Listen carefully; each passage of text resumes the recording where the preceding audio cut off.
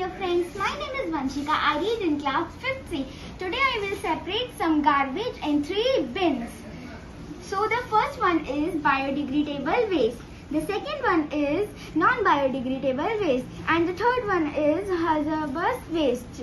So in the first one, the green one, we will put some peels of vegetables or fruits and the leftover food.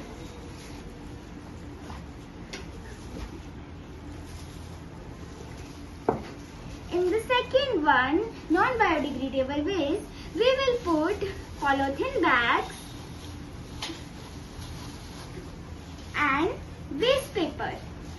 In the third one, hazardous waste, we will put old medicines and some old batteries. Thank you and have a nice day.